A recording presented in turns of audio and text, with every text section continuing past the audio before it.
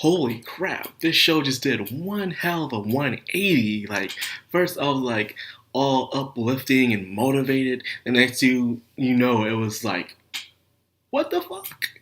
Like seriously, what the fuck just happened? This is the funny thing is, I knew it was going to happen because we're on what episode 8, and usually in shows like these, the shit goes down in the last remaining 3 or 4 episodes of a show. So seeing that, I just knew what was going to happen, but I didn't see it coming. Not just yet. This episode, because I wasn't even thinking about it. Because at first, before then, I'm like, it's going to happen. It's going to happen sooner or later. But then I was watching an episode, it completely lost my mind. I don't even think that anymore. And that's how well this episode was executed. It made you not think that something was going to happen. It made you think, wow, this is going to be a little uplifting episode. Because you were used to it. Because lately it's been nothing but uplifting episodes developing the characters. And then out of nowhere, at the very end, before I get into that very ending, let's just talk about the beginning. So the Helmet Psychic, the religious cult that's being created, is gaining like up to like over 700 members. But Mob has yet to reclaim, well, to gain his throne. They want Mob to be the leader of this cult, but we all know Mob doesn't want to be a leader of a cult. Even though his friend, Mizuto, still trying to get him into that. Like, she even tried to get him to use his psychic powers during the marathon, but of course, Mob was not going to have that. She should know by now that Mob wants to become a better person without his powers. He wants to improve on himself without relying on his powers, because he's seen people who went throughout their entire lives relying nothing on their powers, but yet they have nothing else to show for it.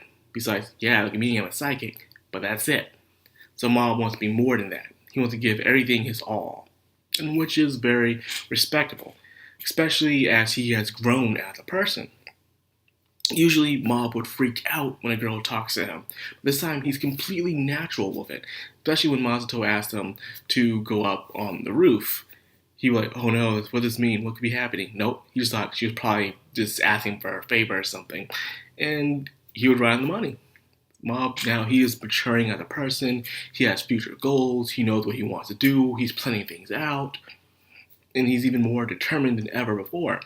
His main goal was at least reach into the top 10, and he was going to ask Sabumi out. But we all know that was going to happen, that he was going to meet the top 10. But however, he did make a huge progress from being from the last 10, from being at least further ahead. Like, really, he surpassed a lot of people in this race. So he really has shown that he's been putting his all into it.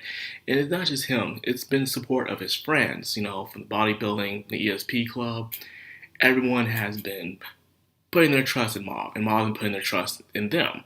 They've been motivating him, helping him out, training him. Hell, even Reagan, after the last couple of episodes, has learned that Mob is growing as a person, and he has his life outside of his job. So even Reagan's helping out now. And of course, even Dimple as well, the brother. It's nice. Even the parents, took their day off of their jobs just to see their sons do the marathon. And of course, the older brother Ritsu made it in the top 10, and they were proud of him, but they were even more proud of Mob, giving it his all and everything.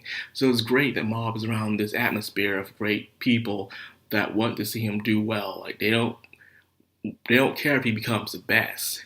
They just want him to do his best. And there's a big difference between those two, Being the best is just, you're number one, you're top, no one can stop you. Where just giving it your best is doing it all that you can. But you guys probably already know that. Now, let's talk about Sabumi. I've always wondered about Sabumi in a way, I always thought she was this girl that was like one of those cliches you see a lot in actual, like, American cartoons, where the main character is kind of a loser, but he likes this very popular girl in school, and they try to go out, but she's kind of a jerk, or a bitch, you might say. And I first thought that about Sabumi, especially when as a kid, she would hang out with Mob and Ritsu, and when Mob would use his powers a lot, she would like, Mob, you're boring. Then even with Ritsu's memory, apparently Ritsu couldn't stand her neither. Like, when they were playing hide and seek, she would just walk off while in the middle of playing hide and seek. Yeah, it is kind of messed up, but still, you know. However, I start putting things together, and it's just my own thoughts.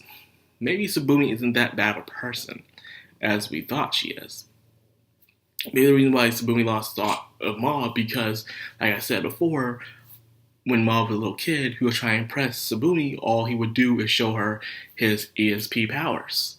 And she got bored of it because that's all he had. And so therefore she's like, Mob, you're boring. And she walked off. Now that she's been knowing Mob all her life and seen him grow from the sides, because in a way, she's been watching Mob grow as a person. Maybe isn't the reason why she stopped hanging around Mob because she was a jerk, but maybe because she realized Mob himself didn't have much himself. He wasn't a person that was really trying to be himself, but just trying to impress people. Therefore, Sabumi was turned off by it. Hell, I remember in the first episode of this season where she was watching Mob as he was like in a way dating that one character. She was very impressed with what he was doing. And even now, she's seeing Mob develop as a person by joining the marathon, talking to people, making friends, and she seems to be interested in him because Mob himself is becoming an actual person. And that makes a lot of sense. And now in this episode, when she actually stumbled upon Reagan's place, trying to judge Reagan's character, see whether or not he was a scam artist, which he kind of is, but yet at the same time, he's kind of legit. And she was scanning the place, wondering how things are, and she even lied about something about saying how she liked it someone from cram school. But he wasn't half wrong. She wasn't being no one from cram school. In fact, she's always been interested in Mob. She just wanted to see Mob grow as a person. So I'm thinking if she would go out with Mob from before, Mob wouldn't change as a person back then. He would think, hey, I got this girl because I have these cool psychic powers. So therefore, he would only rely on his psychic powers. And therefore, Sabumi would be in a very boring relationship. But because she said no to Mob back then and said he was boring, that gave Mob the motivation to improve on himself. So when you really think about it, Sabumi is the reason why Mob is a better person as of today. Because she said no to him, and because that Mob wishes to become a better person. Now, probably back then, as a kid, she was probably just doing it as an honest opinion and was real about, yeah, Mob was being boring. But now Mob is his own person now, and she's impressed by that. Hell, even during the marathon, she was about to cheer him on, but she realized, she didn't for some reason. I don't know why. But either way, it was good to see that she is slowly gaining interest in him again. Then let's talk about that end scene, where his entire house is on fire, and all those people's probably, I think they're fakes. There's no way he's gonna get that dark. There's no way. I deny it. I think it's a setup. There has to be a logical explanation for that. And that's all I'm gonna say right there. Nothing else.